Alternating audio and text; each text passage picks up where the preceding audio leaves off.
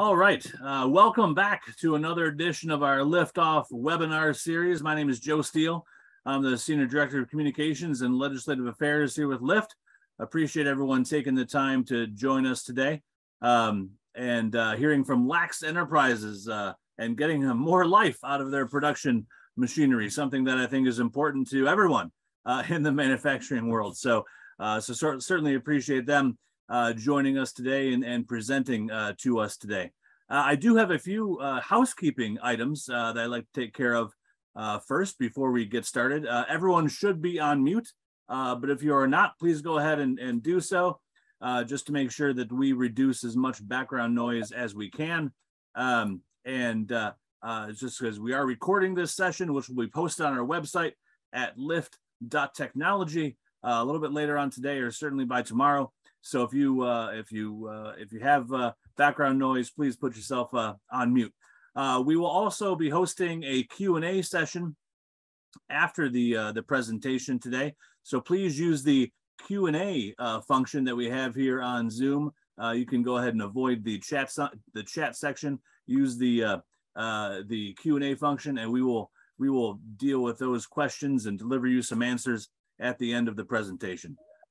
So again, appreciate you taking time to join us today. I do want to take a couple of minutes and share a little bit of information about Lyft for those who do not know who we are, what we do. Lyft is a nonprofit public-private partnership and Department of Defense National Manufacturing Innovation Institute. And we believe our mission is driving American manufacturing into the future through technology and talent development. We're making sure that we're taking these innovations on the technology side, advancing them forward towards commercialization, so they can be used in the commercial marketplace, and to put them in the hands of the Department of Defense as quickly as possible, because we know that advanced manufacturing is the future of our economic resiliency and security, in the next region that conquers that around the world is going to be that much farther ahead, and we want that to be the USA. Obviously, as an institute that is headquartered here and supported by the Department of Defense. So how do we do that? We live at the intersection of material science, manufacturing process, systems engineering, and really the talent that resides under all of those. So basically, we're trying to figure out what we need to make in the future, what we need to make those things out of, how we need to make them, and making sure that they are fit for purpose at the end of the day. Faster, better, cheaper, so we can accelerate these technologies into the hands of the warfighter and into the hands of commercial folks. And obviously make sure the talent is there to deal with these new innovations, work with these new innovations and processes when they get to the shop floor. So we operate two programs at Lyft. Our technology program, Leading Innovations for Tomorrow, and our talent program is Learning Innovations for Tomorrow. So put those two together, and you have what we are at Lyft. So a little bit on our technology program, Leading Innovations for Tomorrow. These are our four pillars of technology. All of our projects reside under one of these pillars in some way, shape, or form. And I won't quiz you on this at the end, but you can see we start on the digital side, the virtual simulation and modeling of materials and processes. Then we take those and prove them out in the physical world through our advanced alloy and process development. You'll see, things like lightweight armor development and hypersonics materials development. Those are key to what we've been working on most recently. Take that down into multi-material joining. Okay, we have all these new materials. How do we join them all together in a way that works for them, that they won't interact in a bad way, and they will do what they need to do. And then finally, agile and smarter manufacturing, kind of a way of new processes. Can we develop faster, better, cheaper processes as we're developing these new materials? How do we employ different processes, including wire arc additive manufacturing? Can we democratize metal additive, for example, or cold spray?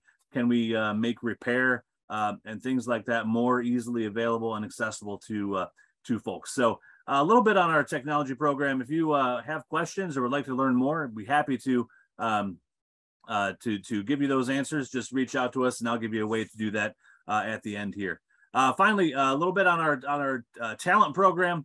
Again, still about innovation here, still about developing new ways of learning, but now we're looking at learning tools, new pathways, and really new venues.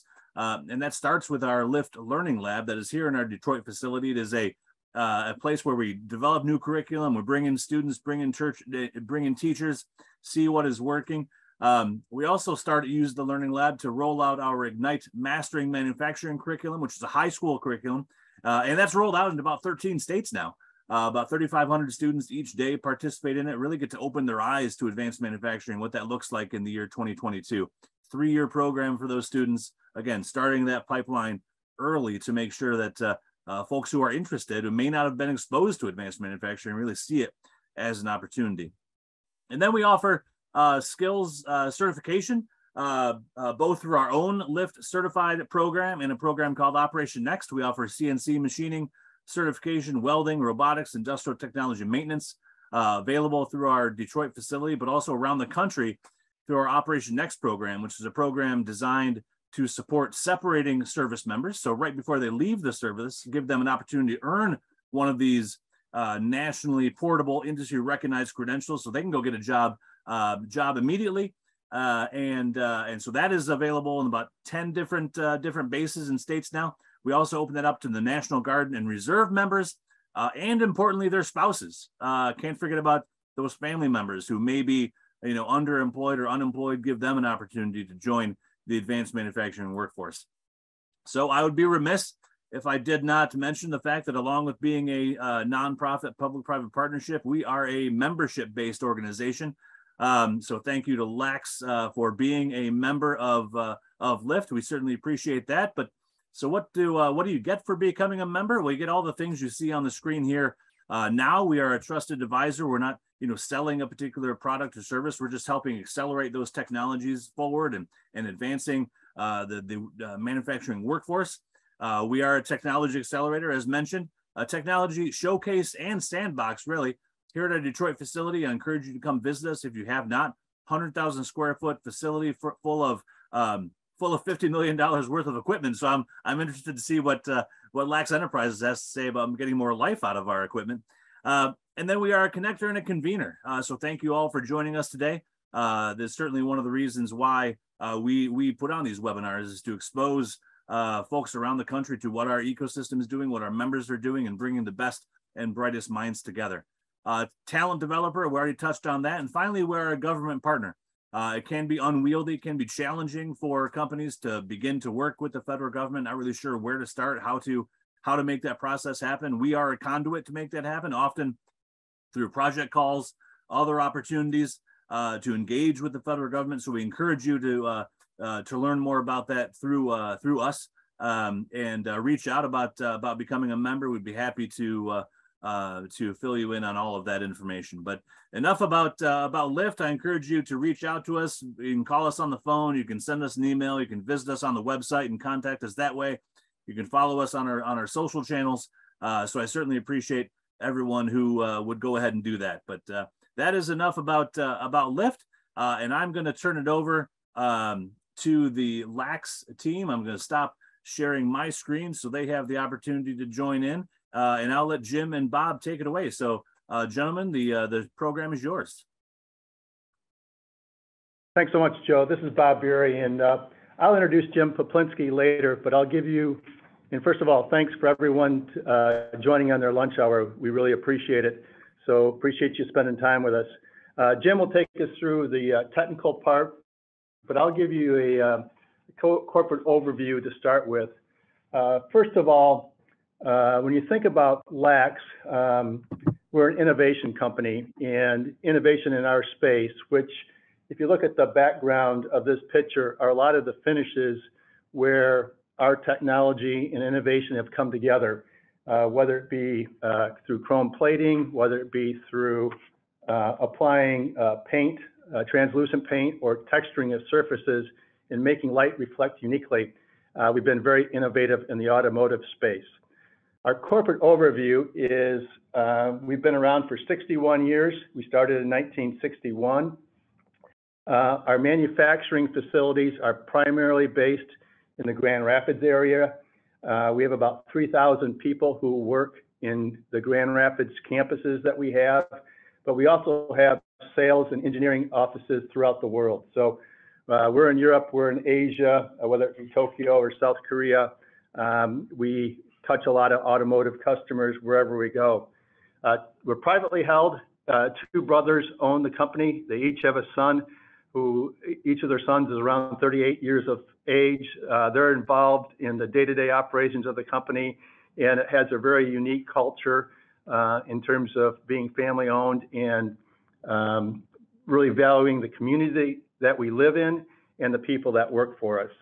So if we look at our automotive experience, and we have experiences outside of automotive. Over the years, we've been involved in the appliance work. We've been involved in computer enclosures, the early days of cell phones, but primarily we're an automotive company. And we're in interior trim. And if you look at a Ram pickup or F-150, there's some unique ways that interior trim is defined in those vehicles, with both our texturing capabilities over chrome and our ability to paint over chrome, which we call spinel. Exterior trim is the biggest part of our business. We've been in the radiator grille and other parts of the exterior of the vehicle. You can see again here that our technologies come together in very unique ways. We also have a wheel division that focuses just on making composite wheels, and that's been an innovation to the industry. And then probably 5 years ago, I call it, we bought 4 men in a garage, first foray into acquiring a different company, but we acquired a small carbon fiber wheel company, and we make carbon fiber wheels. And so that gives you kind of a background for how we are involved in the automotive space today. The next picture tells over time how many places we've touched in automotive and in the heavy truck business. But as you can see, we've touched manufacturers throughout the world and in different segments. Right now, the Detroit 3, BMW, Toyota, Volvo Truck, PACCAR would be our largest customers in our portfolio today. But we've touched a lot of diverse customers, whether it be Lucid or Bentley along the way. The other thing to think about when you think about LAX and automotive is we're vertically integrated in terms of manufacturing capabilities. So for us, it starts with injection molding. We have injection molding presses up to 4,400 tons, and we have close to 125 of those total presses today. And then our core has been figuring out how to do electroplating well. And being able to mold for electroplating is very important, but also being able to control every element of electroplating and controlling the environmental impact and understanding how different parts have to be designed is really important. And with the electroplating kind of goes painting, because a lot of times you might have a bright component on a vehicle, you need a painted part also. But then we have a innovation called spinel. Jim and I have worked on that for the last 15 years, but it really is paint over chrome. So if you get your bronze chromes or your dark chromes or your black chromes, where light's actually shining through the chrome in the paint, that's some of our technology developed about 15 years ago. Then obviously we have to do a lot with assembly afterwards. So that kind of defines the core of what we do. A lot goes with that in terms of vision guided things, other core manufacturing processes that aid in assembly and things like that. These technologies and application kind of look like this. You know, on the left side, you see a Toyota wheel, and you can see bright chrome, you can see spinel, and you can see a textured surface that gives it a lot of definition. Similarly, there's a grill that shows similar things, the second picture from the left, and you can go all the way to the right and see an interior component that we make for the automobile industry. So you bring all those manufacturing processes together, and you have products that look like these. I'm going to lateral over to Jim Poplinski, who resides in our Advanced Manufacturing Technology Engineering Group, and talk about what we do from both innovation and testing from a laboratory standpoint, and then I'll spend a little bit of time on how we got into RF85, which is an interesting walk from company being innovative to a little interesting segment Jim and I get to be involved with. So Jim, take it away. Okay, thanks, Bob. So as Bob referenced, the vertical integration requires that we control a lot of different aspects that go into our product. Starting from the resin, we have to do melt flow analysis on incoming resin because the high finishes that we have to put on our parts, we have to ensure that our resin coming in the door is good. And then from there, various tests associated with the different coatings that we apply. So you see the humidity chamber there, SEM, scanning electron microscopy, coating thickness for plate thickness checking, electroplating thickness checking, excuse me, DSC, digital scanning calorimetry, and then advanced weathering. In the old days, we used to have to send parts down to Florida. They would put them on a roof for many hours. Now we can do this in-house, and our various customers actually have different specifications associated with that.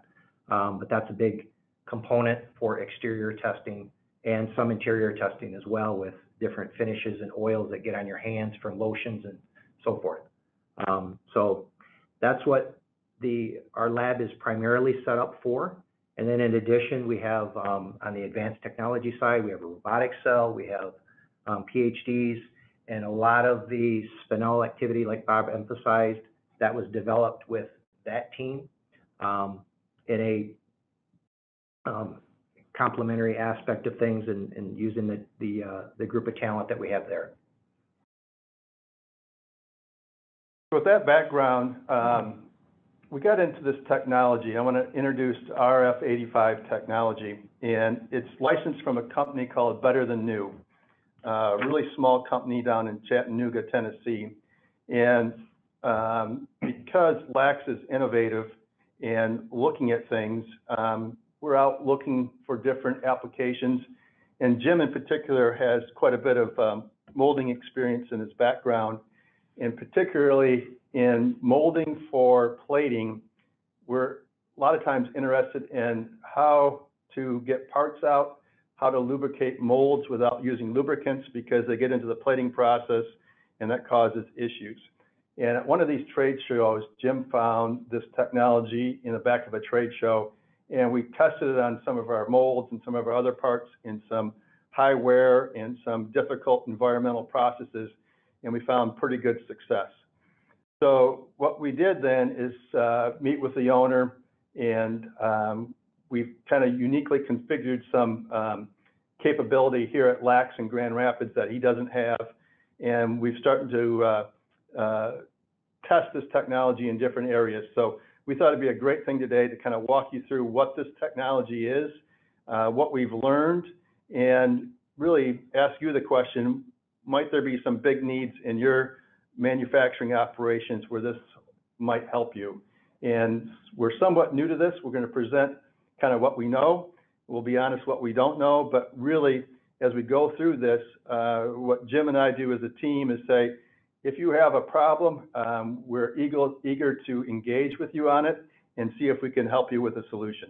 So with that, I'll turn it over to Jim and he'll take us through RF85. Okay. So RF85 is a dry nano lubricant that gets fused to the surface of metal.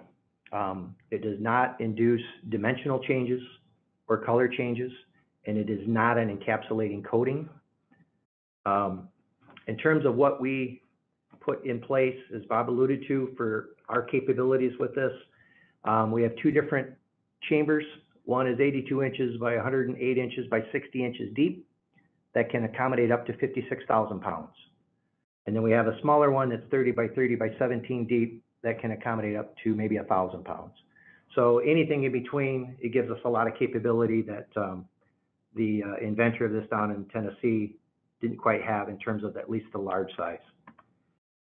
For application, it's a low temp immersion process, less than 300 degrees Fahrenheit, no line of sight limitation. It does require access to the bare metal. So the object targeted for treatment must be clean of oil, grease, paints, dirt, etc.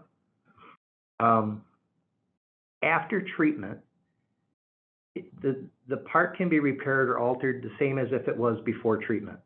So if you need to do welding or something in the field or something, there's nothing special that would have to be done to enable that. The point though is, if you do that, the treatment will be compromised and would have to be retreated. The unique thing about this, however, is the treatment doesn't have to be stripped to retreat. It's a dry nano lubricant fused to the surface of the metal. It imparts no dimensional or color change, and it is not an encapsulating coating. Size-wise, you read the size of the tanks. The weight for the larger tank is 56,000 pounds max. Smaller ones about 1,000 pounds. So large to small, we can handle objects. In terms of the application, it's a low temperature immersion process, less than 300 degrees Fahrenheit. No line of sight limitation. It does require access to the bare metal.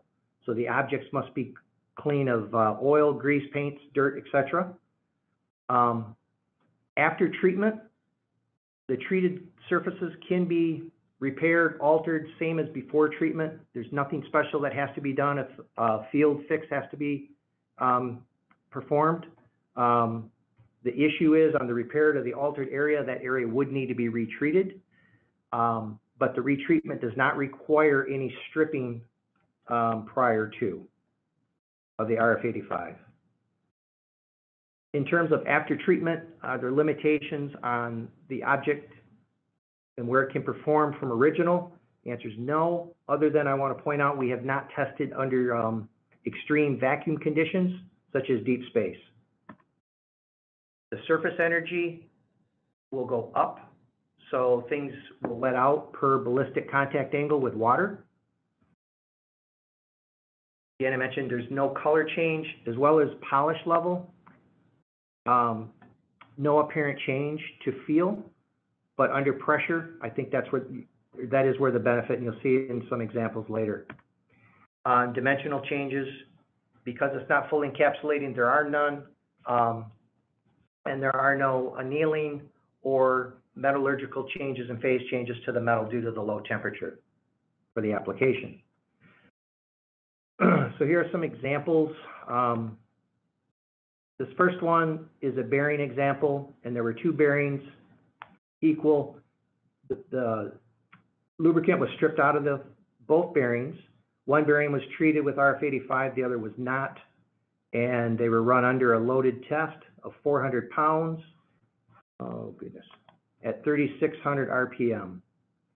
And the video shows what happens between the two. The untreated gets very hot and fails, and the treated doesn't look like it had any issue whatsoever.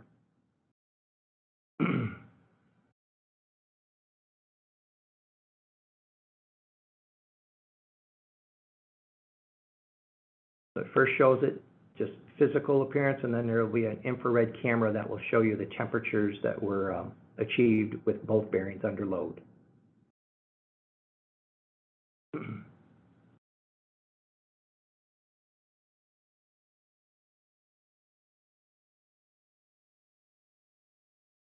That's about 49 minutes into the test.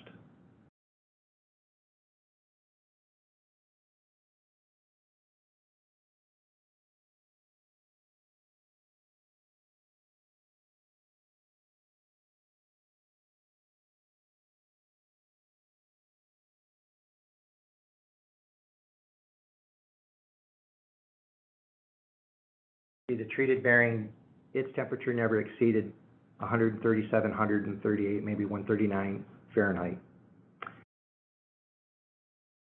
Ditch witch on this AT30 boring machine on the front end. Bearings are very important to the performance of this machine. In the lower right, we'll get to the data here, between a treated and non-treated, it was about double the life, double the revolutions. The inner rotation pressure went down by 100 PSI. The significance of that is it allows for more weight to be on the tip, which increases the penetration rate. So not only do they get an uptime improvement with the bearing performance, but they also get a productivity improvement. Gerdau steel, hot extrusions rolling on bearings. Typical traditional lubricants of these bearings would not hold up. So the RF85 treated bearings allows them to run these dry. And as noted there by Chad Hughes, it also prevents, if they did have lubricant in them in the past, they would leak on or drip onto the other product. This avoids that because they can run them dry. Anderson rifle, they use this in RF85 in place of traditional lubes with a much faster cycling rate of 23%. I'll show the video. You have the untreated at the top, the treated at the bottom. First is slow-mo. Here comes the super slow, which really shows the speed at which the treated gets back into ready for firing with the reload of the bullet. And the upper one you can see is still lagging behind.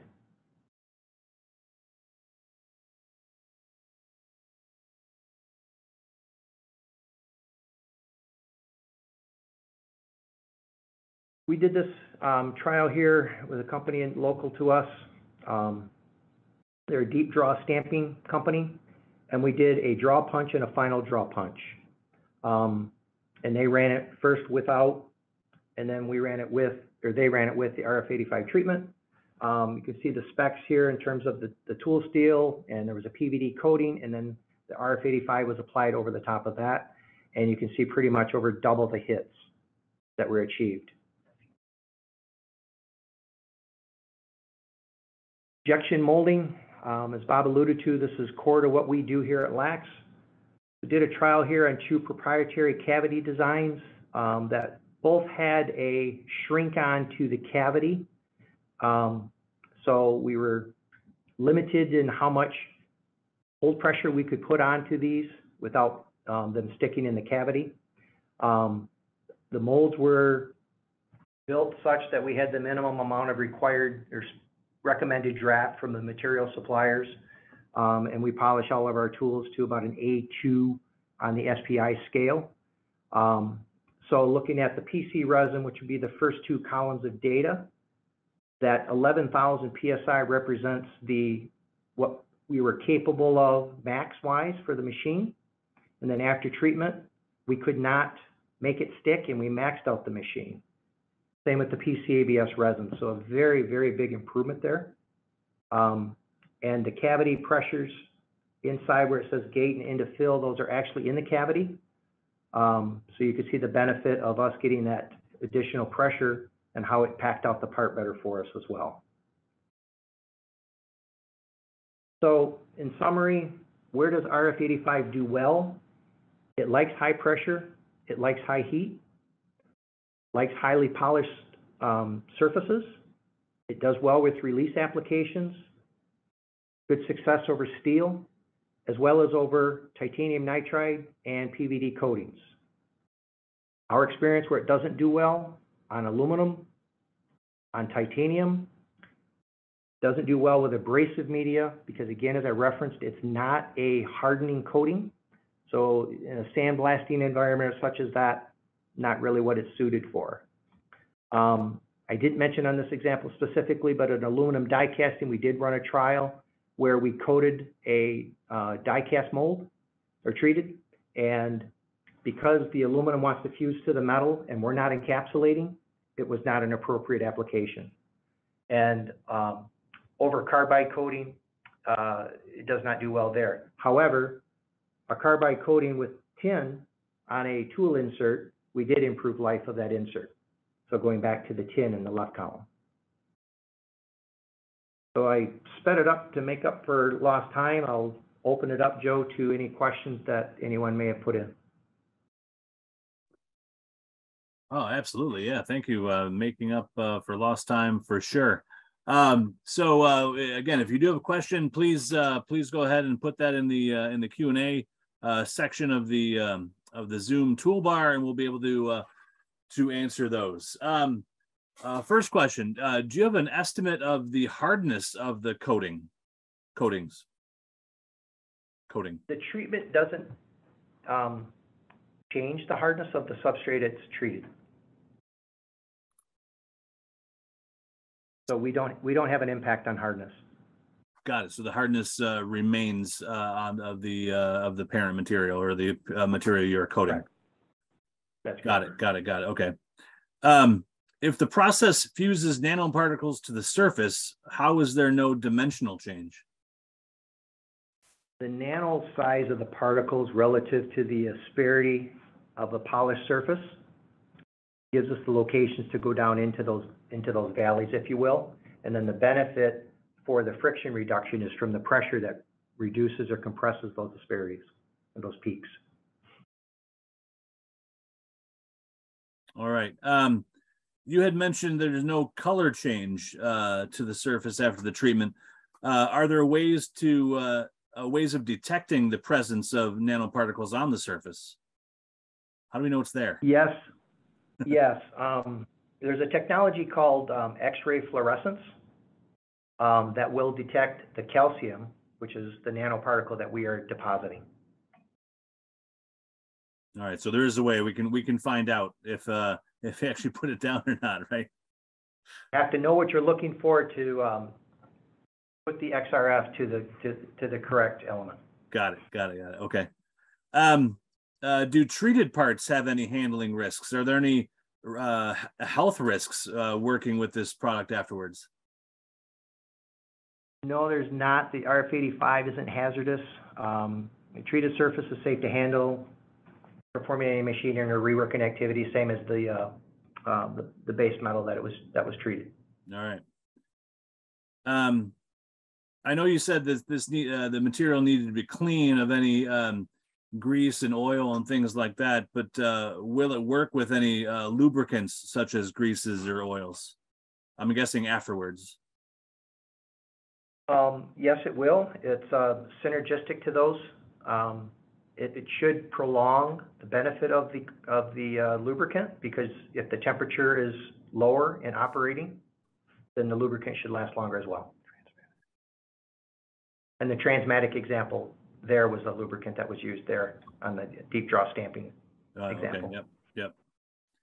Again, you can go back and ask questions of anything that was in the presentation. So yeah, some of this may be going back in time a bit, but we'll just ask the questions as they come up. For the molding trial showing the release benefit with two resins, how was the draft and polish on the mold half? Well, the requirement for the material draft that the material supplier tells us was 7 degrees. That's what we had that tool to. The polish, as I referenced, was at an A2. That's on the SPI scale. Mm-hmm. So it was the shrink on of these. So we didn't cheat anything in any way for that, but just because of the designs of these cavities, the material as it just wants to shrink onto the cavity material. So there were 7 degrees for both of those, the PC and the PCABS. Mm-hmm. Mm-hmm. Will it work on injection screws and barrels? We have a trial right now that we're running in-house where we treated a screw and a barrel. Oh, okay. And we think it should help that, but we're still kind of working on getting that data. All right, to be determined. So Mike, who asked that question, follow up with these guys afterwards and see the results of those of that particular trial and see what happened there. Again, if you guys have questions now, feel free to put them in the Q&A function. If you have questions later, please take note of Bob and Jim's contact information on the screen, so you can reach out to them at your leisure. And we will make sure through Addie Stone Richards on the lift team, we'll reach out and make sure that to make any introductions that need to be made or desired to be made as well. So go back to some of the Q&A we have here. Will this wear off? Will the RF85 wear off like another coating, or chip and peel while in use? To be honest, it'll wear at the same rate as the metal. And in terms of the chipping and everything else, because we're not in increasing any hardness or brittleness with what we're putting over the top of. It doesn't change that way. It'll react as the treated metal reacts Mm-hmm. in terms of brittleness. And it will wear at the rate that the metal will wear. But that rate will slow down given the fact that the lube, as the asperity and the pressure compresses it, if you Yep. get into that lubricant, that slows that wear process down. All right. Anything to note on the geometry? Can it be used on components with sharp angles and gears and whatnot? No restrictions that we can see. Okay. You may have just answered this, but any non-corrosive properties? I know we just talked about wear. I don't know if we touched on corrosion. Yeah, it's not a fully encapsulating treatment, so there are going to be components of the base metal underneath that. So I wouldn't say that that's something I would bank on. Are there any specific shipping requirements to make sure things are protected and going as expected? It's really dependent on the object. I mean, we prefer everything to come into us clean. We do have, if anybody, wants to do some trials, we have some requirements and documents that we can share on what we would need. Certainly handling and understanding all of that sort of thing, what we're receiving, so we can handle appropriately. And based on that, where is the work done? Is that done in the U.S. or some of your other places? It's done here in the state of Michigan, and then there's a facility in Tennessee as well. All right, great. And how long does it take to typically treat a part? Is that just based on surface area, or what are the determinants with that? Object size is going to be a big part of that, but typically we can get something turned around in a week. Oh, okay, all right. And will the RF85 coating work on grained surfaces, like things that were injection molded? On the actual molding or the tool? I'm guessing the molding, or no, sorry, the tool. I was corrected. Okay. Yes, because again, it's going on to the metal. All right. And because of the particle size, shouldn't see any fill in. All right. Again, that was quite a slew of questions we had there. Certainly appreciate folks hanging on during our technical difficulties. Again, we will edit that out during the for the broadcast publication version. So we have time for one or two more questions before we get folks back on their schedule. Can the coating be used in place of a mold saver? I would not recommend that because, again, mold savers are typically put on for avoiding corrosion. And as we're not fully encapsulating, I would not recommend it as a mold saver. A release agent, I think it helps with, but not as a mold saver. Got it. Okay.